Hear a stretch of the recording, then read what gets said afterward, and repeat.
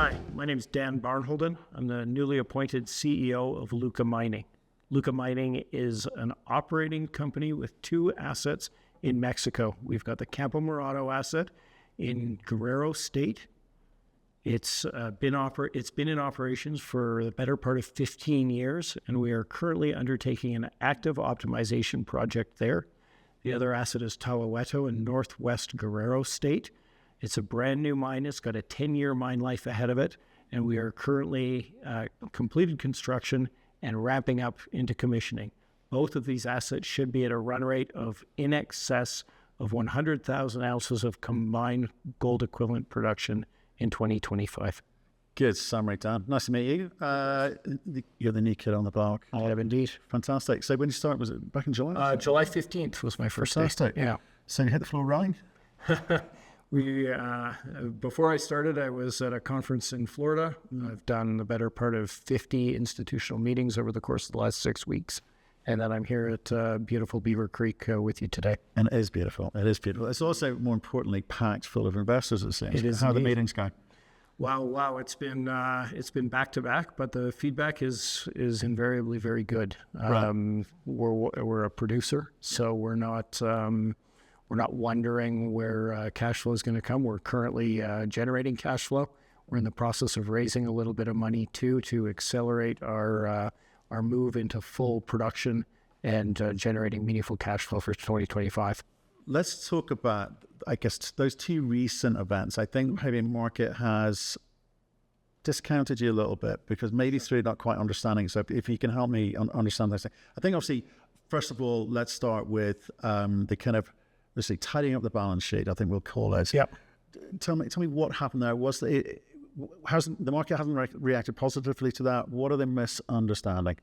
Well, first and foremost, I'd say it's a very difficult market for junior companies to raise money, whether that's exploration, whether that's development. Even junior producers were struggling. Mm-hmm. Okay, so we had to offer very favorable terms to bring new investors into the deal. It was important to me, a few things about this financing. One was to raise enough money that we could, accelerate some of the high IRR opportunities that we see in front of us, but we can get into what those are exactly. Yep. Two, it's a brokered financing. So the hope and the expectation is that we can generate some institutional research from equity analysts. Mm-hmm. This company has none at this moment. Also wanted to bring in some institutional investors, some of whom we've met over the course of the last several weeks, some of whom we're meeting here in Beaver Creek. So really wanted to accomplish those things. Obviously, we're disappointed a little bit with the price. Mm-hmm. Had to price it very attractively to make sure that it was full. Right. There's going to be meaningful insider participation. I'm myself taking 1 million units of this offering, which is almost $500,000 of my own cold money. Hard cash. Cold hard cash on the table. No freebies. Well, I have an attractive option package, but other than that, I've bought about several 100,000 shares in the market. And then I'm participating in this financing too. Right. So we'll talk about what the proceeds of that money is going to be and why that's a good use of money in a second, right? Let's look at the kind of Trafigura situation as well in terms of that side of the balance sheet as well. So It was addressing a debt position that you had. So no, the debt is still in place. But it's structured slightly differently. So there was a bit of confusion last week. Trafigura moved their debt just from one corporate entity to another. I believe that they moved it from a Mexican entity into a Maltese entity. Okay. So nothing actually happened, but they have a zero interest convertible debt at for $6 million, which hasn't gone away. It's convertible at 35 cents Canadian, and it's happy to sit there. But that's interest? Zero interest. Zero interest. Not bearing no interest bearing, right. So we've got $18 million total debt. Yeah. 6 is that convertible security. Then we've got 12, and we're going to start repaying that 12 in October of this year. That was another reason why I wanted to raise a little bit. That's paid monthly, quarterly, annually? We pay at a rate of about $2 million a quarter. Okay. For the next 6 quarters, with our first quarterly payment being in October. And that's cleared. And then once that's paid over, well, interestingly, we have a big warrant position. Right. At 50 cents Canadian. I'm assuming that based on all the catalysts that we have, we're going to be able to convert all of those warrants, which is going to generate $20 to $25 million Canadian first and foremost use of proceeds, I want to clear that debt with Trafigura. For sure. It's always interesting to have a little bit of debt on the books, but if you want to clear it, you clear it, and that's a good thing too, right? So this company is unique because it's been saddled with debt. So I think everybody involved is quite a like little to bit clear the snake bit decks. with the debt. So let's get the debt out of the way, and then we can invest heavily into some of these other initiatives that we have ongoing. So 6 quarters, that pays that off. You're still sitting with the 6. What's time frame there? I would assume we would convert that. Maybe we would help Trafigura to place that into the market. But that's at some point in the distant future. Okay, there's no sort of urgent time frame to that. Deferred. It's 5 years. Got it. Okay, fine. Okay, so that's always quite useful to tidy up the balance sheet, especially when you come in and you're going to look at a fresh set of eyes and go, look, it's been a tough ride for many years on this thing. Opportunity abound, but I've got to get first things first, the money sorted.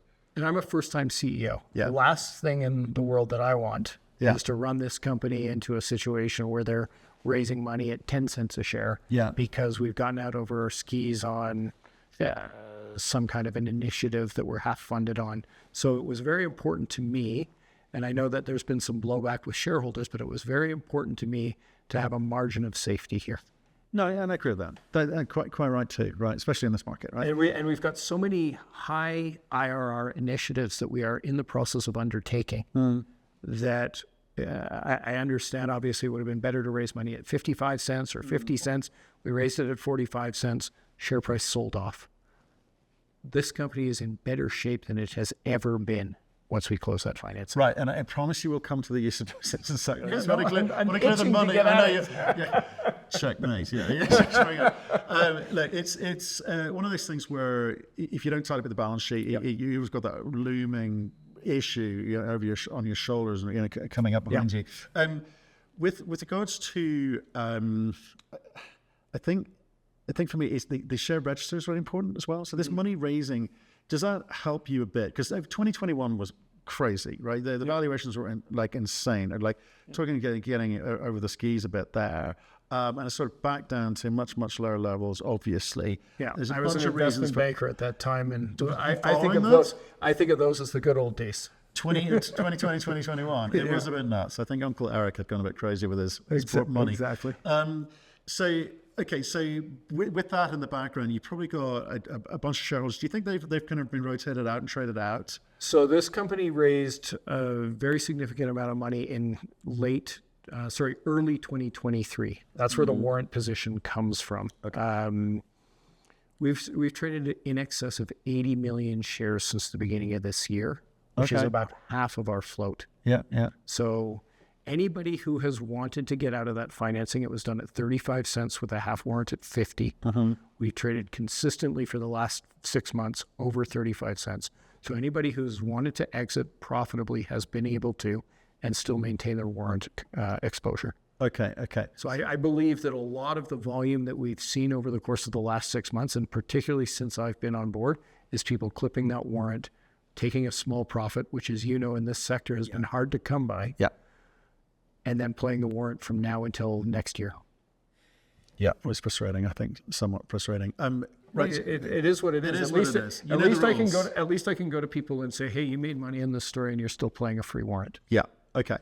Let's look at, you mentioned it earlier, which is this kind of talking to institutions, right? You're a producer now, not big producer yet, but you got plans, right? Again, so get rotating and sort of changing that kind of profile on the register a bit. Institutions behave differently.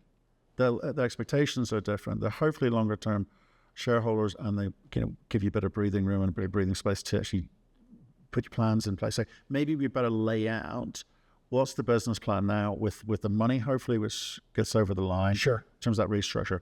Let's start with what are you going to do with it? What's the idea? Yeah. Okay. So as mentioned, we have 2 mines. They're 2 excellent mines. One has been producing for almost 15 years. The other one is a brand new mine. We have 2 major initiatives at Campo Morado. One is about 6 weeks ago, we announced the hiring of a mining contractor.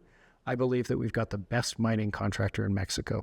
They currently mine for Agnico, they mine for Pan Am, they mine for Silvercrest, and until about 3 months ago, they mined for Torex. Okay, so we have brought them in. with a mandate to ramp up our mining production from the mine from 1,400 to 1,600 tons per day, which is what we're mining at now, to be able to fill the mill consistently at a rate of 2,000 to 2,400 tons per day. That's one. Two, we have a 2,000 to 2,400 ton per day mill, which needs a little bit of work. We have been working with Aseno, the engineering firm, on a project which we call the Campo Morado Improvement Project. And this project has actually been so successful that you can find online. Aseno has actually been presenting the case study of what they're doing for us at academic conferences. So this work that we're doing is going to meaningfully improve the recoveries that we see from the ore at Campo Morado. So those two initiatives, filling the mill consistently and improving the recoveries at the mill, I think are going to put us in a position to generate up to 80,000 ounces of gold equivalent from Campo Morado next year. So what does that say? From what to what? This year we're going to do about 50,000. Right. So So an improvement of 50 to 60%. Year on year. Okay. So that's meaningful. Certainly, it's huge. So what are you producing in terms of what are the recoverables? What's the payables? I mean, what do you? So this is a VMS deposit. Right. Okay. Volcanogenic massive sulfide. So those are formed by black smokers at some point under the water, right? You would be familiar with some of these big VMS camps like Flin Flon. Luca Mining had one which is significant, called Neves Corvo in Portugal. This is a VMS deposit. So it's actually a primary zinc mine with very material byproducts of gold, copper, silver, and a little bit of lead. Right. So we're truly polymetallic, which gives us a little bit of difficulty when we're trying to be classified. Are you a precious metals company? Are you a base metals company? But it also gives us some diversification. Zinc has actually been an extraordinarily strong metal, where copper has gone from $5 to $4. Zinc has gone from about $1.35 to $1.25. So really, we're still at very close to all-time highs on the zinc price, which is great for us. So that's, I would say that about 40% of our production comes from zinc. Okay. About 30 from gold. This is just at Campo Morado. Yeah. And then respectively 15 from copper. Yeah. 10 from silver and about 5 from lead. Because I think what you do is certainly in your press releases, you quote in either copper or gold equivalents. We quote in gold equivalent. Gold equivalents. We're not trying to be disingenuous. This is it's really understand. like people think about it that way. If we think about, okay, we're a gold mining company, our all-in sustaining costs are about $1,600. Right. Even if it's not all generated from gold, people understand that we've got about a 1/3 margin. Okay. So we expect to be in a position to generate about $200 million US, 200 to 250 US in revenue next year. Right. And if we can do 1/3 margins, I mean, that's greater than our market cap and operating cash flow. So I guess I'm trying to understand then in terms of, is that a gross margin or it must be a gross? It's operating from the mine itself. Because the kind of payables, I guess, from a zinc smelter is going to be we take a bit of a blended approach to that. I'm sure you understand that Trafigura is a very lucrative. They run a very lucrative business, and that comes out the back of the miners. So, I mean, are we going to see $80 million to our bottom line? No, of course not. But I have every expectation that we could do 40+ million in true free cash flow from these mines. Right. Which, I mean, our market cap is 70 million Canadian. Right. So your options there are improve the efficiencies as best you can. I'm calling it efficiencies. You're calling optimizations. I get it. Where you can say the ASIC equivalent number comes down as far as we can drive that. And there's two things on the ASIC that work in opposition to one another. As mentioned, we've hired a mining contractor. That's going to increase our mining cost by about $10 a ton. Yeah. Okay. So that's from probably all in costs about $85 to about $95. The flip side of that is if they can push our throughput, So, I think it's going to be about a wash. right. So I would expect 1600, 1650, Yeah. kind of in that range for AISC for Campo Morado. Right, and so they've kind of got a short-term target, which you set in terms of the increased throughput. Where does that kind of tap out? Can they keep going on this, or is it mill restriction? What are the restrictions? Yeah, so if we can consistently do 2,000 to 2,400 tons per day, that's the size of the Optimum. that's how big it is. Okay. If we wanted to increase that, we might be able to do some bits and pieces, bigger ball mill, Right. Another filter press, etc. There's a trade-off. Those are. Yeah. I mean, that's largely set. That's how big the mill is. Okay, and it was a very well constructed mill about 15 years ago. As mentioned, that Campo Morado Improvement Project that we're working on with Aseno, that's going to help us to optimize or improve efficiencies at that mill. It's not going to increase the size of it though. Got it. Okay. So that's 2,400 tons per day. I expect that we can mine at that rate for a couple of years. But that brings us to our next use of proceeds because we need to explore. This asset has not been explored since Nearstar bought it in 2011. How much was that? You tell me. 410 million Canadian. $4. Right? So again, we're They had trading expectations. we're trading at a 75 million Canadian market cap. There's 250 million plus worth just in the mill. Yeah. Then there's the underground development. Then there's the camp. Then there's the power, the road, et cetera. There's been $500 million invested in Campo Morado in the last 20 years. Okay. But there's an interesting point there. They obviously had an expectation of companies like that back in the day when they were a lot bigger and didn't have the issues. They would have an expectation about life of mine, the grade, the economics around this thing. I mean, what is any of that legacy data still relevant today? Okay, so the history of Campo Morado, it was discovered in the late 90s. There were some lawsuits around it in the early 2000s. The Hunter Dickinson Group, who were the backers of Farallon, they built the project and ultimately sold it. It was a wild success for everybody involved in Vancouver. All the shareholders, all the Hunter Dickinson people, everybody did very well on it, okay? Didn't work out so well for Nearstar. They didn't invest heavily. The zinc price went against them. Yeah. They didn't explore. So we actually now have our hands on all that geological data that Hunter Dickinson had. Great. What have you got? So that puts us in a position we have generated using the same information that they've given to us for free. We've generated 38 exploration targets. Okay. We've distilled that to a top 10, and 4 of those top 10 are within our mining claim boundary, which means that we can go out and explore there immediately. Okay. We don't have to get new permits because it's part of our operations. Okay, so we have announced a drill campaign. It's going to be the first drill campaign in over a decade. And that goes to this is a very long-winded answer to the question that you asked, but I'm getting to your answer. Because we are going to very actively invest in extending the mine life. Right. I feel like the mine life today, 5 to 7 years. Right. That was the second bit of my thing, was like the one we talked about, the 2 was scale. You're going to have to increase that because the reserves are, need some work. Right. And right now, in our most recent reserve estimate, we've got about 16 million tons.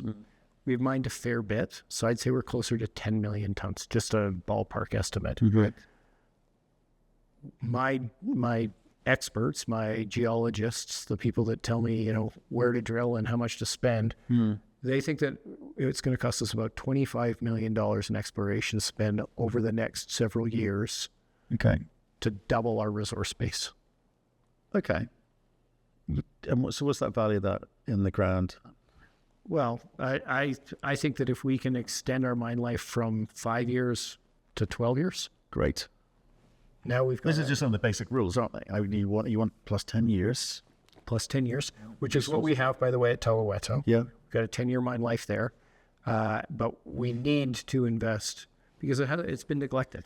Yeah, like everything can be a 10-year mining project if you wanted to, which is how quickly you went.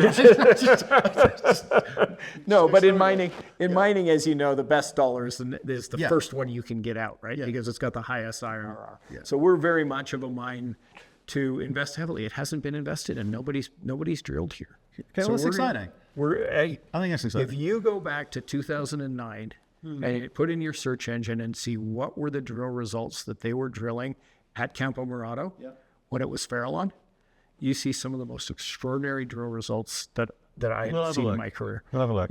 I'm talking 30 meters of 30% zinc equivalent. I mean, this is multi-$1,000 rock that it costs us $100 to extract. Right. Like, I'm not suggesting that we're going to find that.